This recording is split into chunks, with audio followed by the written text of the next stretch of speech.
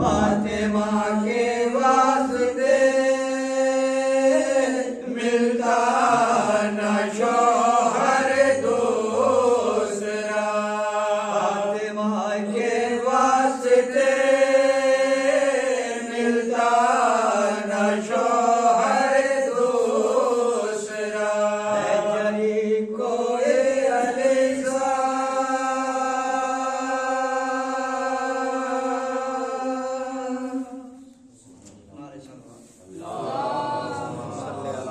محمد وآل محمد.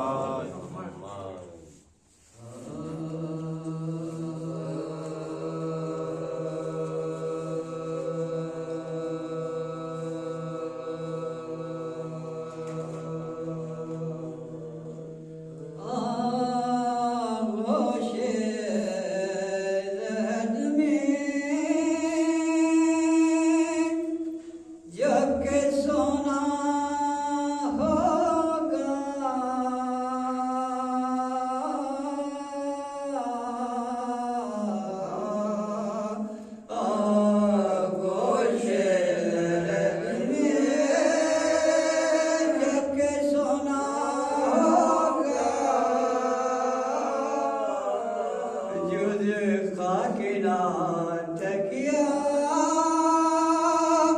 نہ بچھونا ہوگا،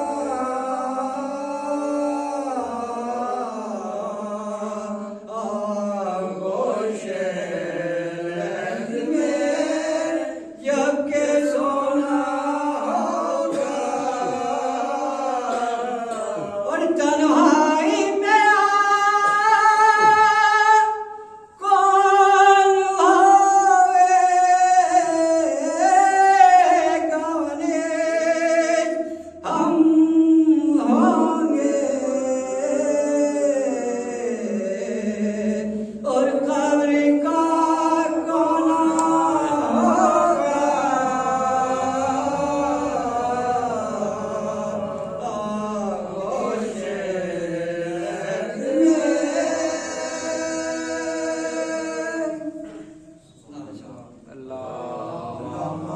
صلی علی محمد وآل محمد.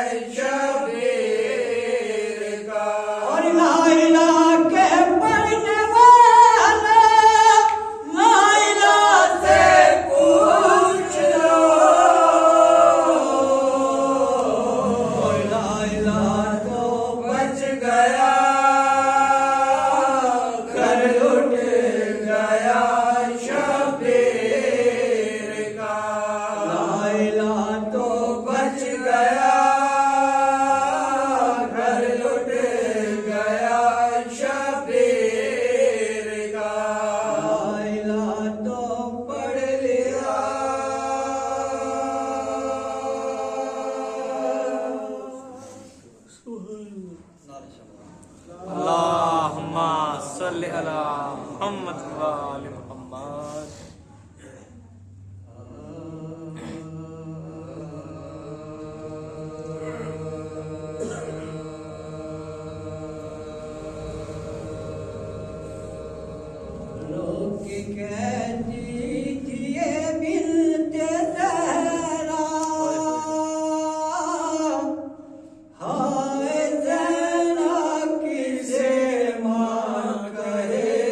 گی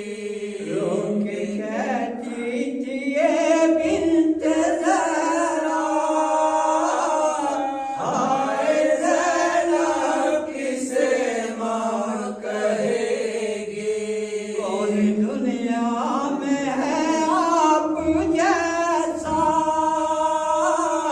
ہائے زینب کسے ماں کہے گی رو کے کہتی تھی یہ بنت زہرا ہائے زینب کسے ماں کہے گی اپنے موت سے رشتہ جوڑا ہم کو کس کے سہارے پہ چھوڑا کون دے گا ہمیں دلاسا ہائے زینب کسے ماں کہے گی رو کے کہتی تھی یہ بنت زہرا ہائے زینب کسے ماں کہے گی دکھ یتیمی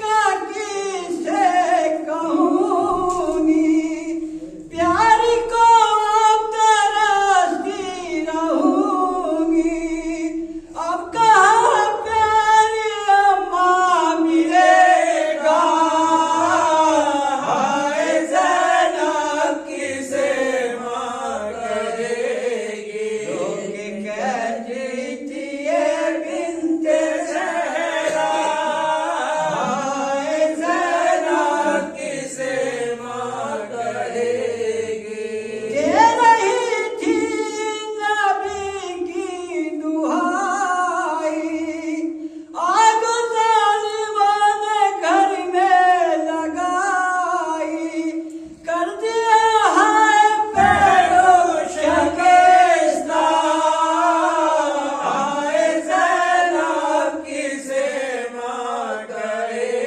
گی رو کے کہتی تھی یہ بنت زہرا ہائے زینب کسے ماں کہے گی ہاتھ اپنے کفن سے نکالو ہم کو اپنے گلے سے لگا لو پیار کر لو ہمیں پھر دوبارہ ہائے زینب کسے ماں کہے گی رو کے کہتی تھی یہ بنت زہرا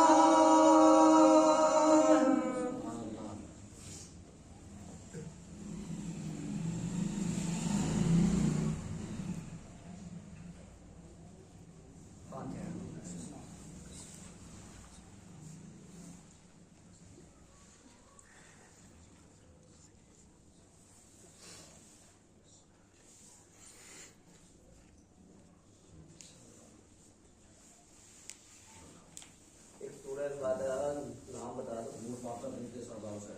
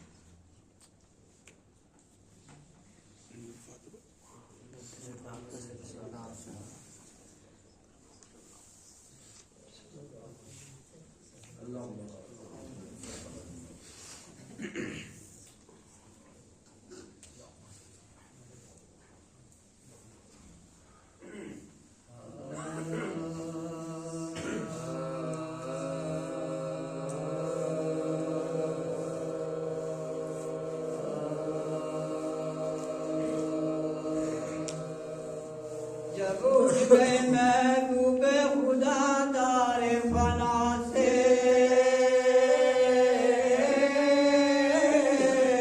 جب اٹھ گئے محبوب خدا دار فنا سے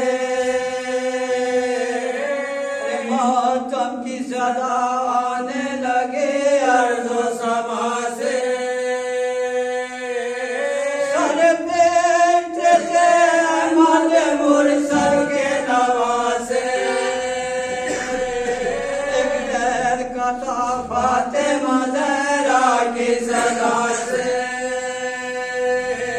ایک ٹہر کتا فاطمہ زہرا کی صدا سے رات کو نہ دن کو بھوکا کرتی تھی زہرا بابا کے لیے پیٹ کے سر روتی تھی زہرا بابا کے لیے پیٹ کے سر روتی تھی زہرا چلاتی تھی ہائے ہائے میرے بابا میرے بابا تنگ آئے ایسی روزوں سے ہم سایہ زہرا در سے کیا فاطمہ کے رونے کا شکوہ نیند اڑ گئی زہرا سے یہ کہہ دیجیے آقا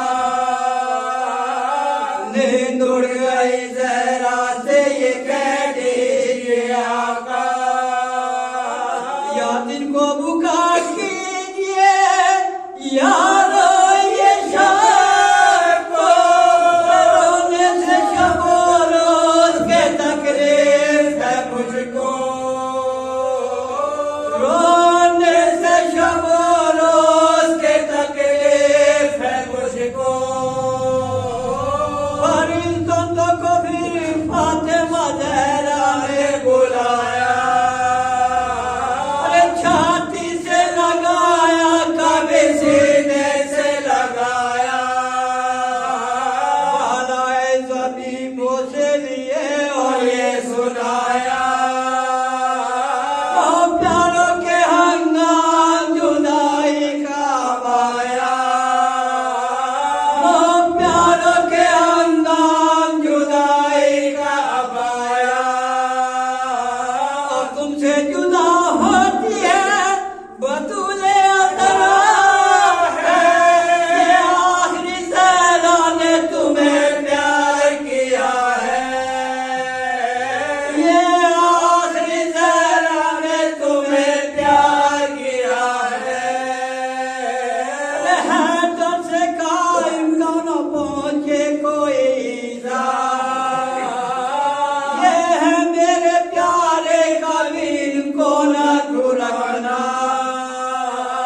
اور آپ سے جو عرضیں اب کرتی ہے زہرا پڑھیو میرے مردے پہ نماز میرے مولا پڑھیو میرے مردے پہ نماز میرے مولا فرقت میں نہ ہندان کی تڑپائے سارے بچوں کو میرے قبر پہ تم لائیو سارے بچوں کو میرے قبر پہ تم لائیو سارے نازک ہے مزاج ان کا یہ معلوم ہے مولا ہر بات میں بے ساختہ رو دیتا ہے چھوٹا ہے خوف الٹ جائے نہ سینے میں کلیجا تم ان کو میرے مردے پہ بھی رونے نہ دینا تم ان کو میرے مردے پہ بھی رونے نہ دینا صد گود میں لے مرتبہ قربا کا سامان ڈھونڈ کے نہ کوئی اب سے بھی ماں کا سمجھ کر ڈھونڈ کے نہ کوئی اب سے بھی ماں کا سمجھ کر یہ کہہ کے کیا بند در حجرائے اطہر سب خرد و کلان کے رونے لگے باہر آواز سنے کلمہ طیب نے برابر پھر کچھ نہ صدا آئے گا سب نے یہ رو کر پھر کچھ نہ صدا آئے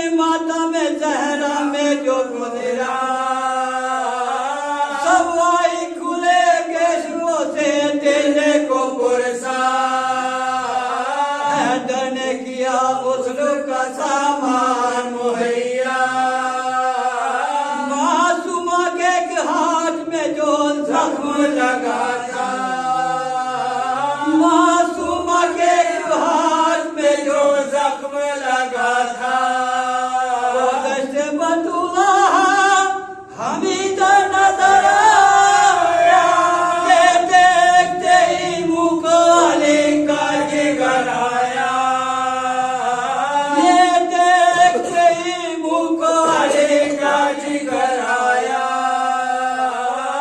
نہلا کے جو کہونانے لگے میت زہرا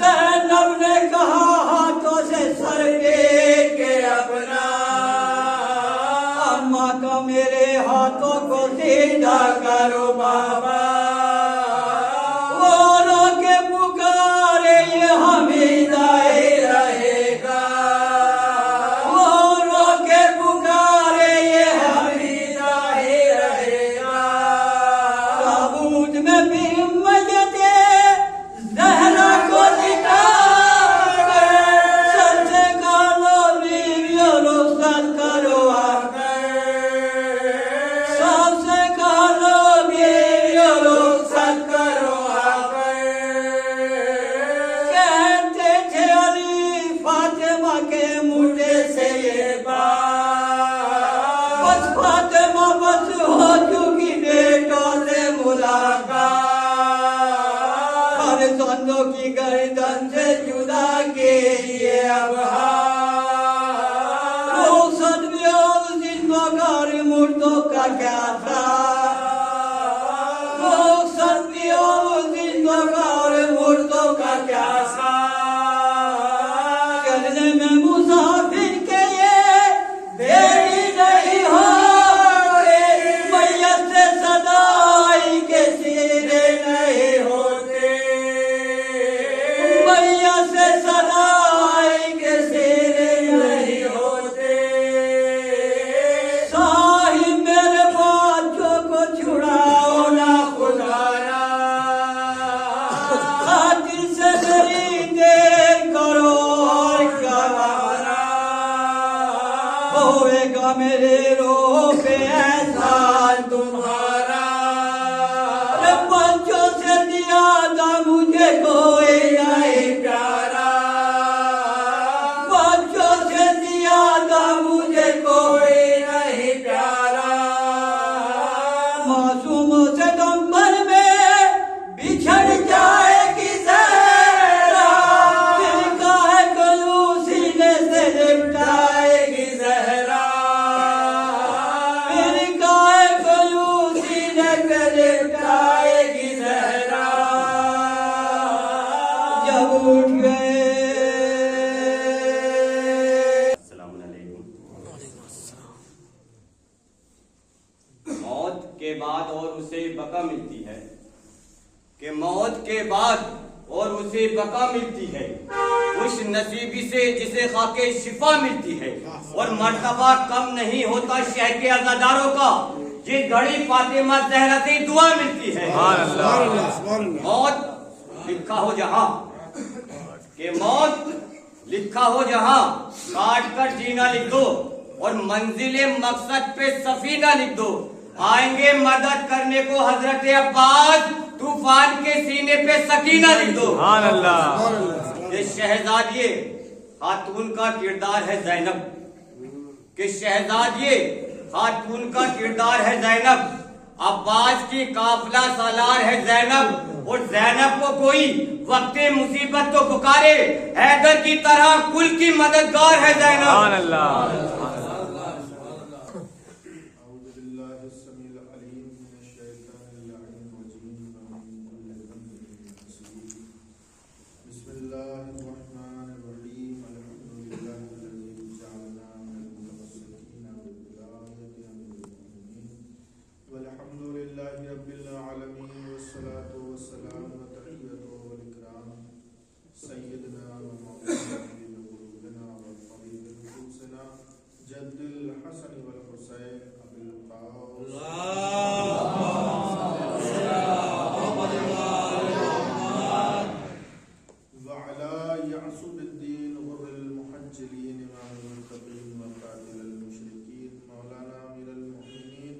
غالب کل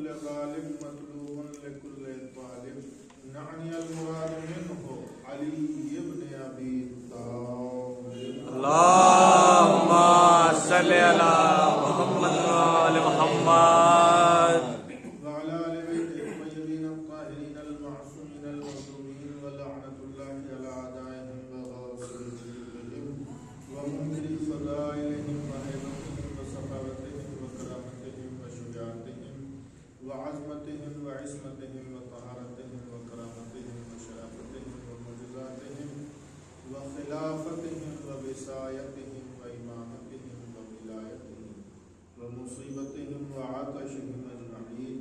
أما بعد فقد قال الله تبارك وتعالى في كتابه المجيد وقوله الحق بالحق وأصدق القائلين. بسم الله الرحمن الرحيم. صلى الله عليه وسلم.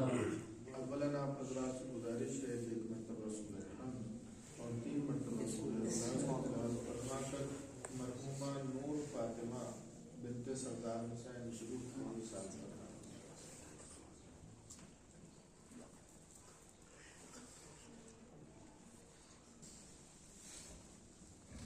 میری گل کے ایک سلمان کے شاہ فرمائے محمد اللہم صلی علی حضرات گرامی قدر موالیان حضرت حضرات ماتم داران سید الشہداء غم گساران غریب کربلا مستحقین جنت یعنی دعائے سیدہ سلام اللہ علیہا.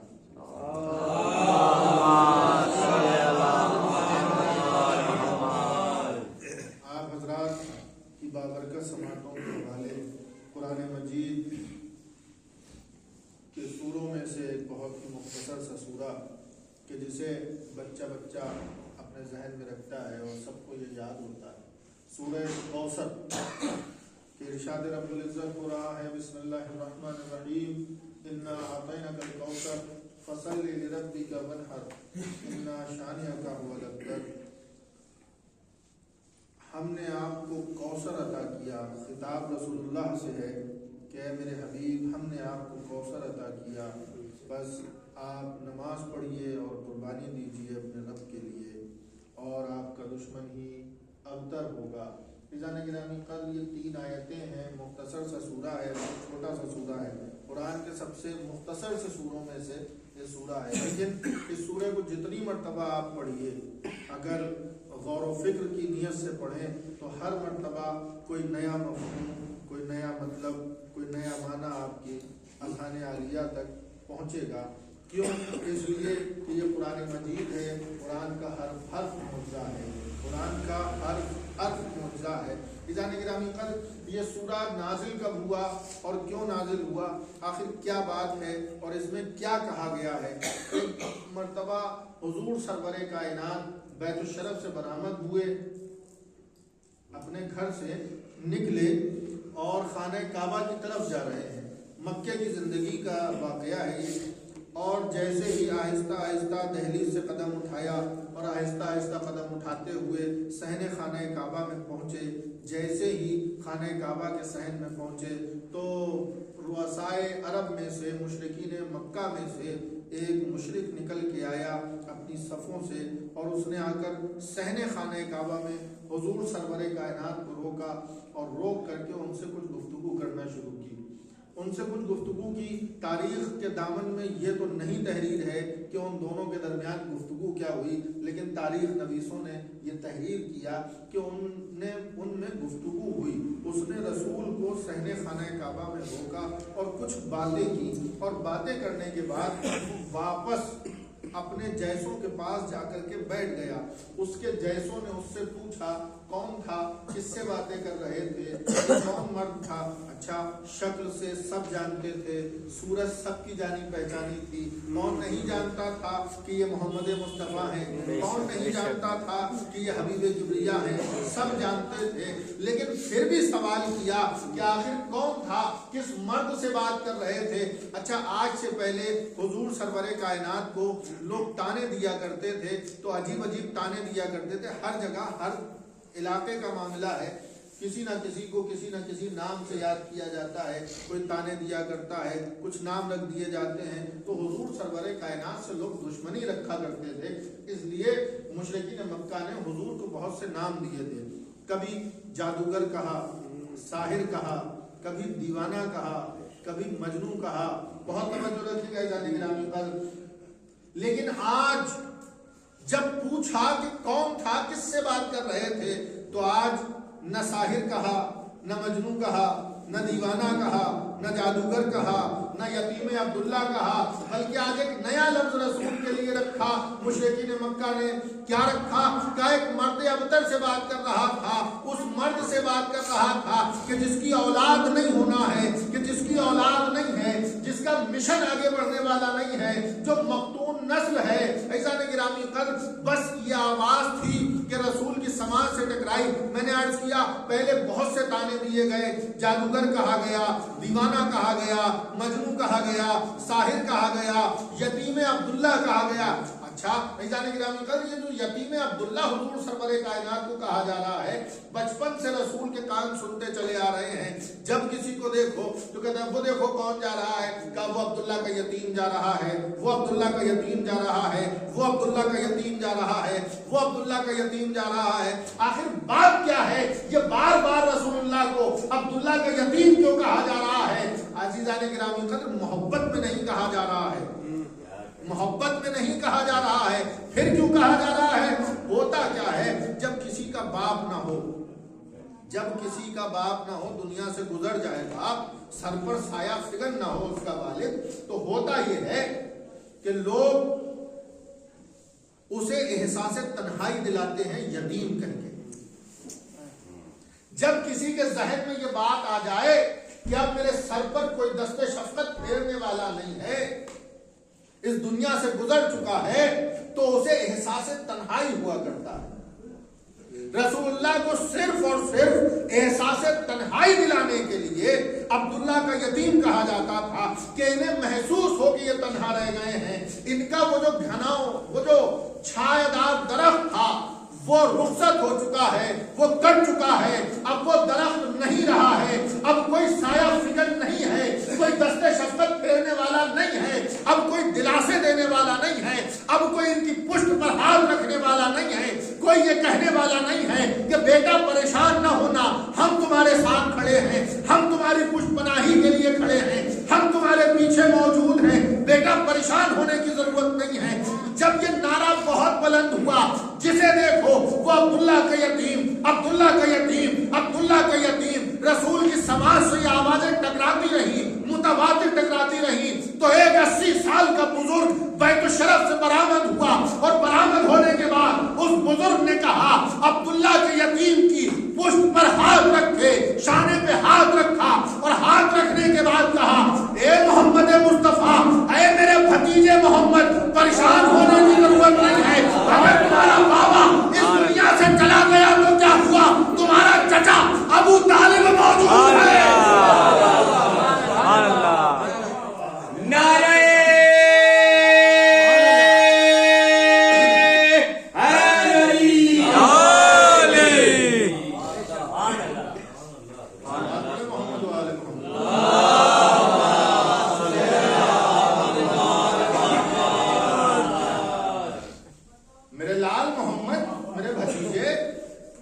پریشان ہونے کی ضرورت نہیں ہے. تمہارا چچا ابو طالب موجود ہے. دیکھتا ہوں کہ تمہیں کون نقصان پہنچاتا ہے، دیکھتا ہوں کہ تمہیں کون گزند پہنچاتا ہے. بس جیسے ہی دست ابو طالب پشت نبوت پر آیا، نبوت کے دشمن روپوش ہونے لگے، نبوت کے دشمن روپوش ہونے لگے. کیوں؟ اس لیے کہ جلالت الہیہ کو اگر سمیٹا جائے کسی پیکر میں تو اس پیکر کے نام کا ابو طالب ہے، اس پیکر کا نام ابو طالب ہے.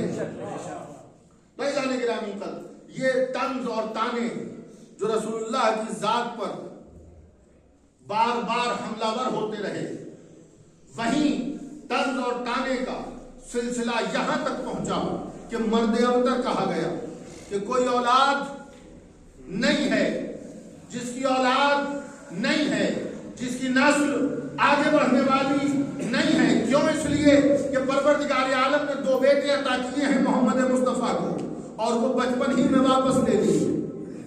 اب کوئی اولاد نہیں ہے.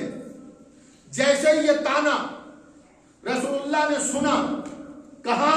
صحن خانہ کعبہ میں، ایک مرحومہ کے سال ثواب کی مجلس ہے، سنیے گا اذان گرامی کا۔ جیسے ہی حضور سرور کائنات نے یہ تانا سنا، یہ آواز سرکار کی سماعت سے ٹکرائی، دل رنجیدہ ہوا، قبیلہ خاطر ہوئے، ملول ہوئے، واپس پلٹے، کہاں؟ بیت الشرف کی طرف، واپس گھر کی طرف آ رہے ہیں۔ آواز سننے کے بعد کہ آج ایک نیا تانا دیا گیا ہے، مرد ابتر کہا گیا ہے، کیا اولاد نہیں ہے، نسل آگے بڑھنے والی نہیں ہے، ان کے مشن کو آگے لے جانے والا کوئی نہیں ہے۔ یہ سوچ رہے تھے مشرکین مکہ کہ سرکار واپس بیت الشرف میں واپس تشریف لائے، رنجیدہ ہیں، ملول ہیں، قبیلہ خاطر ہیں۔ دق الباب کیا، اندر سے بی بی خدیجہ سلام اللہ علیہا کی آواز آئی، کون؟ کون؟ ادھر سے آواز دی، میں محمد، میں محمد۔ جیسے یہ سنا بی بی خدیجہ نے کہ سرکار تشریف لائے ہیں، دوڑی، دوڑ کے دروازہ کھولا۔ ہوتا یہ تھا، ملکۃ العرب ہے بی بی خدیجہ، ہوتا یہ تھا ہمیشہ، ہوتا یہ تھا ہمیشہ کہ جب بھی کوئی کہیں آیا کرتا ہے کسی کے یہاں بھی، تو غلام اور کنیز عرب میں دروازہ کھولا کرتے تھے، مالک اور مالکن کبھی دروازہ کھولنے نہیں جایا کرتے تھے۔ لیکن یہ ذات محمد ہے، جب بھی سرکار دروازے پہ تشریف لایا کرتے تھے تو خدیجہ کسی غلام اور کنیز سے نہیں کہتی تھی دروازہ کھولو، بنفس نفیس خود جایا کرتی تھی اور دروازہ کھول کے کہا کرتی تھی، سرکار تشریف لائیے، آپ کا آپ کے گھر میں استقبال ہے، آپ کا آپ کے گھر میں استقبال ہے۔ خود بی بی خدیجہ سلام اللہ علیہا جا کر کے دروازہ کھولتی اور کہتی، سرکار تشریف لائیے، خیر مقدم کرتے ہیں آپ کا، آپ کے گھر میں آپ کا استقبال ہے۔ توجہ رکھیے گا اذان گرامی تک، آپ کا آپ کے گھر میں استقبال ہے، یہی دستور تھا بی بی خدیجہ کا۔ اس دن بھی بی بی خدیجہ سلام اللہ علیہا نے جیسے ہی آواز سنی کہ آواز میرے سرکار کی ہے، آواز ختم مرتبت کی ہے، آواز محمد مصطفیٰ کی ہے، فوراً دوڑی، دروازہ کھولا، سرکار تشریف لائیے، آپ کا آپ کے گھر میں استقبال ہے، آپ کا آپ کے گھر میں استقبال ہے۔ عزیزان گرامی قدر، آخر بی بی خدیجہ یہ کرتی کیوں تھی؟ یہ کردار اپنایا کیوں تھا؟ یہ طریقہ اپنایا کیوں تھا؟ بی بی بتانا چاہتی تھی کہ دیکھو زوجہ کا کردار یہ ہونا چاہیے، زوجہ کا کردار اپنے شوہر کے لیے یہ ہونا چاہیے کہ جب شوہر آئے تو اس کا استقبال کرے، جب شوہر آئے تو اس کا استقبال کرے۔ یہ خانہ محمد ہے، یہاں سیرت ملی ہے خواتین عالم کو کہ اس طرح سے زندگی گزارنا ہے۔ بہت توجہ رکھیے گا، بہت توجہ اور بھرپور توجہ، یہاں پر سیرت ملتی ہے کہ اس طرح سے زندگی گزارنا ہے۔ خواتین عالم کو یہ ایک سیرت کا نمونہ ہے، یہ ایک سیرت کا نمونہ ہے۔ دوسری کی سیرت دیکھنا ہو تب بھی یہی ملے گی۔ ایک طرف تو یہ انداز ہے، کیا فرمایا؟ سرکار آئیے، استقبال ہے آپ کا، آپ کے گھر میں حاضر ہوں، بتائیے آپ کی کیا حاجت ہے، کیا ضرورت ہے۔ ایک طرف یہ کردار اور دوسرا کردار محمد مصطفیٰ ہی کے گھر میں جب بی بی خدیجہ اس دنیا سے رخصت ہو گئی، سرکار ہجرت کر کے مدینے چلے آئے تو وہاں متعدد عقد فرمائے، ایک زوجہ ایسی بھی آئی۔ توجہ، ایک طرف یہ کردار استقبال ہے آپ کا، دوسرا کردار سنیے، ایک زوجہ ایسی بھی آئی رسول کے گھر میں کہ جب رسول تشریف لائے تو منہ سوم کے کہہ رہی ہے کہ آپ کے منہ سے بدبو آ رہی ہے۔ اب یہ خواتین عالم جو ہیں، جو اس دنیا میں رہنے والی اولاد حوا ہیں، حوا کی بیٹیاں ہیں، انہیں اختیار ہے کہ وہ کس کے کردار کو اپنائیں، کس کی سیرت پر چلیں، اس بی بی خدیجہ کی سیرت پر چلیں کہ جو اپنے شوہر کا استقبال کر کے انہیں سکون دے رہی ہیں، یا اس بیوی کا استقبال یا اس بیوی کی سیرت کو اپنائے کہ جو رسول کو رنج پہنچا کر بے سکون کر رہی ہے۔ اختیار دیا ہے، اختیار خود کا ہے، جس سیرت کو چاہے اپنائے، جس سلیقے کو چاہے اپنائے۔ تو بی بی خدیجہ نے استقبال کیا۔ ایک صلوات پڑھیں مل کے محمد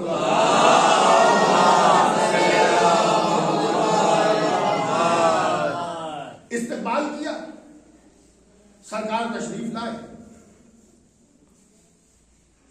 بی بی خدیجہ نے جیسے ہی دیکھا رسول کے چہرے کی رنگت بدلی ہوئی، وہ جو رخساروں پہ لالی تھی وہ لالی نہیں ہے، رنگ بدلا ہوا ہے، چہرہ متغیر ہو چکا ہے۔ کہاں جب بیت الشرف سے برآمد ہوئے تھے تو کھلا ہوا گلاب تھا، اب رنگ بدلا ہوا ہے۔ آخر کیا وجہ ہے؟ بی بی خدیجہ تشویش میں پڑ گئی۔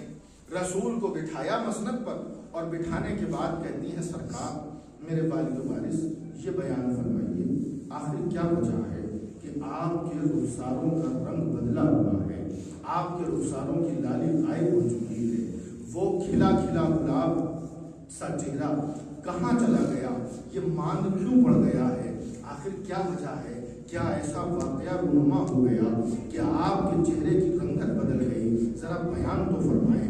رسول اللہ نے بی بی خدیجہ سے کہا خدیجہ نہ پوچھو، اگر تمہیں بتاؤں گا تو رنج تم کو بھی ہوگا کہ آخر وجہ کیا ہے۔ آخر رسول اللہ بتانا کیوں نہیں چاہتے تھے؟ ہوتا یہ ہے کہ مرد کو اولاد کے نہ ہونے کا غم کم ہوتا ہے، لیکن عورت کو اولاد کے نہ ہونے کا غم زیادہ ہوا کرتا ہے۔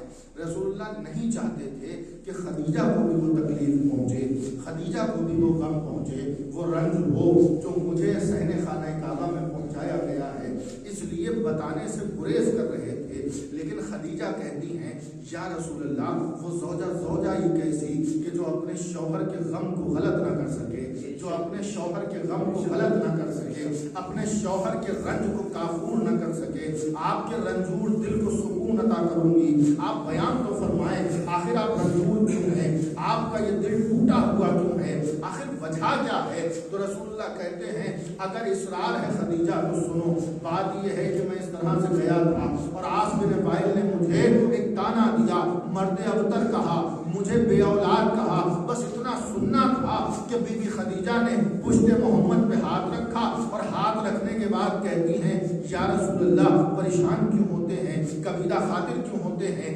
رنجور کیوں ہوتے ہیں، ان قریب پروردگار عالم ہمیں اولاد کی رحمت سے نوازے گا، ان قریب پروردگار عالم ہمیں اولاد کی رحمت سے نوازے گا، ان قریب پروردگار عالم ہمیں اولاد کی رحمت سے نوازے گا۔ یہ جناب خدیجہ نے کیا کیا؟ رسول کی پشت پر ہاتھ رکھا ہے۔ کوئی معمولی بات نہیں ہے، معمولی عمل نہیں ہے، پشت محمد مصطفیٰ پہ ہاتھ رکھا ہے جناب خدیجہ نے، دلاسا دیا ہے حضور سرور کائنات کو۔ حضور سرور کائنات ہے کون؟ ساری کائنات کے پشت پناہ کا نام محمد مصطفیٰ ہے، ساری کائنات کے پشت پناہ کا نام محمد مصطفیٰ ہے۔ جو ساری کائنات کے لیے دلاسا ہو اسے محمد مصطفیٰ کہتے ہیں، جو ساری کائنات کے لیے امید ہو اسے محمد مصطفیٰ کہتے ہیں، جو ساری کائنات کا پشت پناہ ہو اسے محمد مصطفیٰ کہتے ہیں۔ اور محمد مصطفیٰ کی اگر کوئی پشت پناہ ہی کرتا ہے تو یا تو ابو طالب کرتے ہیں یا خدیجہ الکبریٰ۔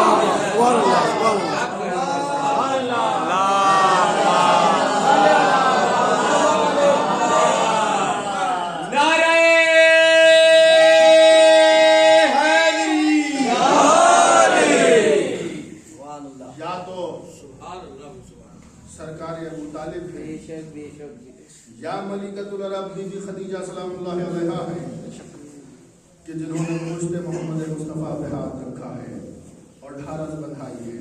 تو عزیزان گرامی قدر ادھر بی بی خدیجہ نے پشت محمد مصطفیٰ پہ ہاتھ رکھا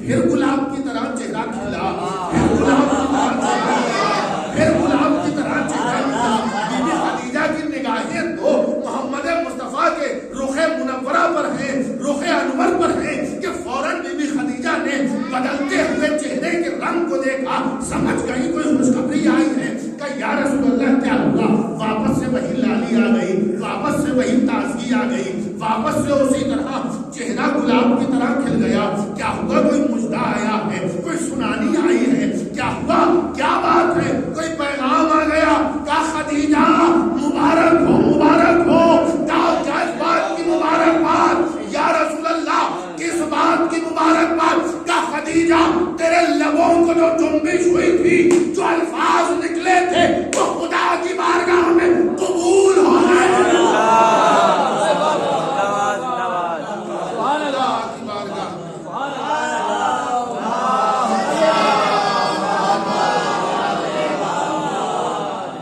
قبول ہو گئے۔ پروردگار عالم نے تحفہ درود و سلام کے بعد یہ تحفہ کوثر بھیجا ہے۔ کہا یا رسول اللہ کیا مطلب، کیسے؟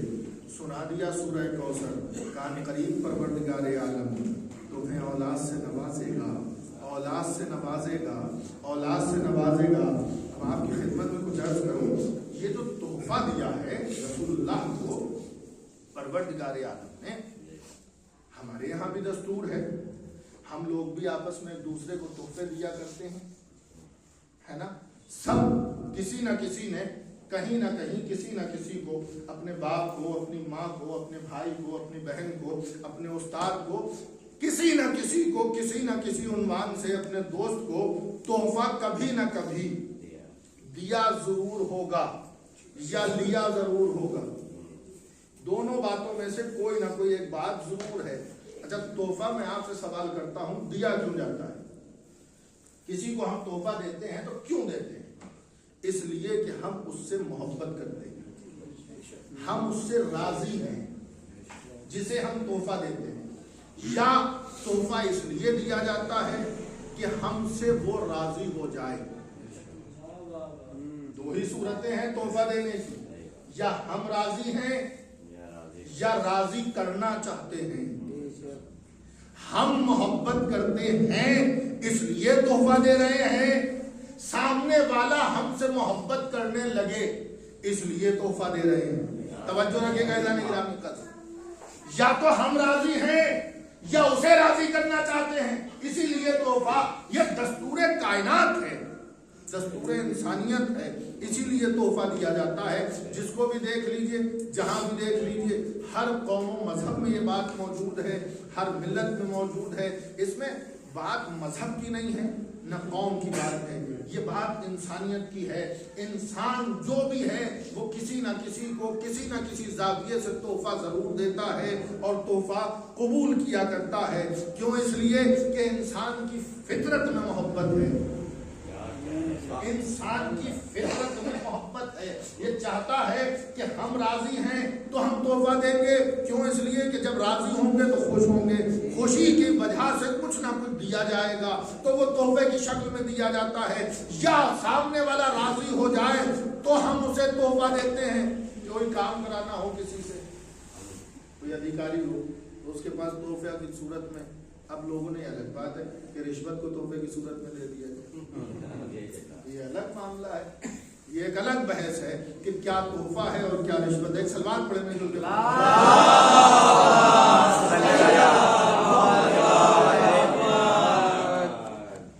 تو تحفہ بہرحال دیا جاتا ہے، اور جتنا بڑا ہوگا اتنا عظیم تحفہ دیا جائے گا۔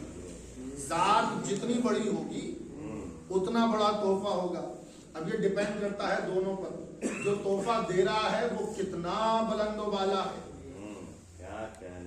اور جو تحفہ لے رہا ہے وہ کتنا عظیم ہے، یہ دیکھا جائے گا۔ پھر اس کے حساب سے تحفے کا انتخاب کیا جاتا ہے۔ کبھی ایسا بھی ہوتا ہے، آپ نے دیکھا ہوگا کہ جو بیچارے گھر کے نوکر ہوا کرتے ہیں وہ اپنے مالک کو جب تحفہ دیتے ہیں تو بڑا قیمتی تحفہ دیا کرتے ہیں لا کر کے، اپنی ساری جمع پونجی اکٹھی کر کے جتنا بھی ان کے پاس بچا ہوا ہے اسے اکٹھا کر کے کہ مالک خوش ہو جائے گا ہم اسے تحفہ دے دیں. لیکن جب گھروں کے مالک جو ہوا کرتے ہیں وہ اپنے نوکروں کو تحفے دیا کرتے ہیں تو وہ معمولی سے تحفے دیا کرتے ہیں جو ان کی کوئی حیثیت نہیں. اسی سے پتہ چلتا ہے کہ بڑا کون ہے. ایک سلوات پڑھے مل جل کے.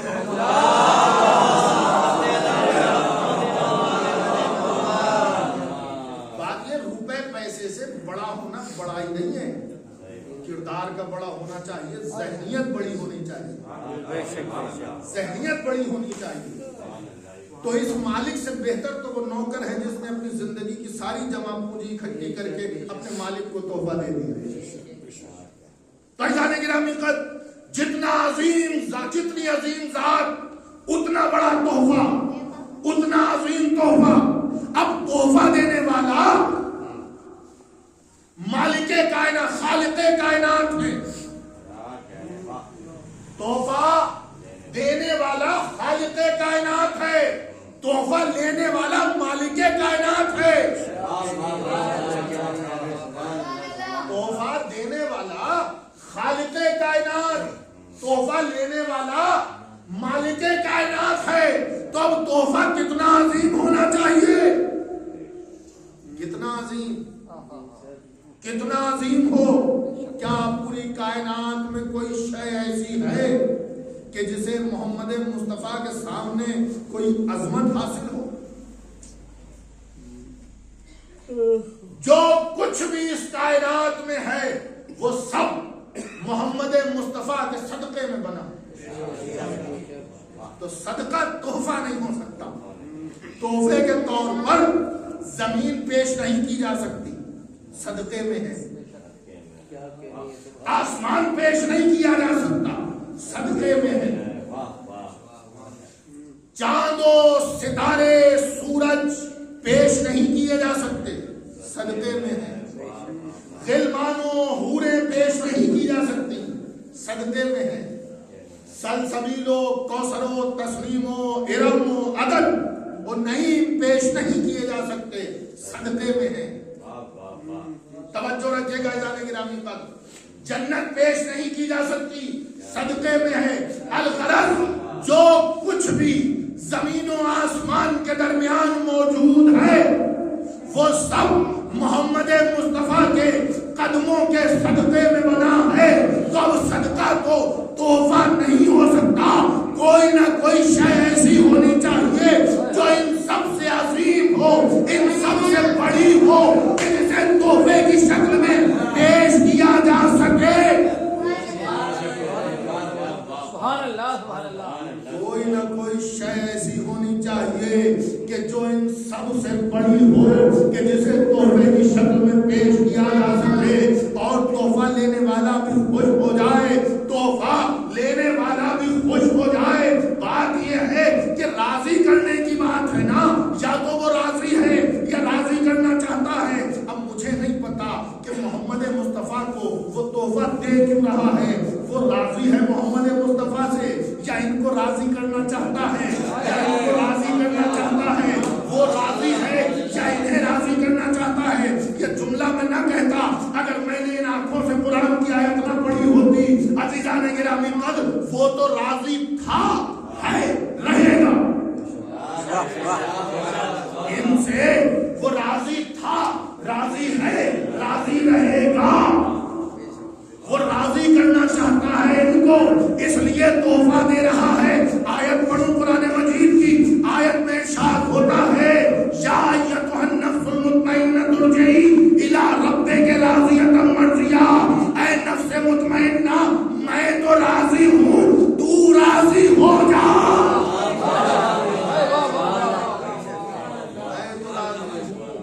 تو راضی ہو جائے. سلوات پڑھیں مل جل کے.